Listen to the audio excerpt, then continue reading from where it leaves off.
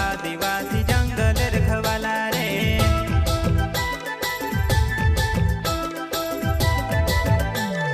चल जंगल जमीन काज पूजे रे, आदिवासी दुनिया ने रखवाला रे। बाप देव खतरी काज पूजे रे, आदिवासी सबसे निराला रे।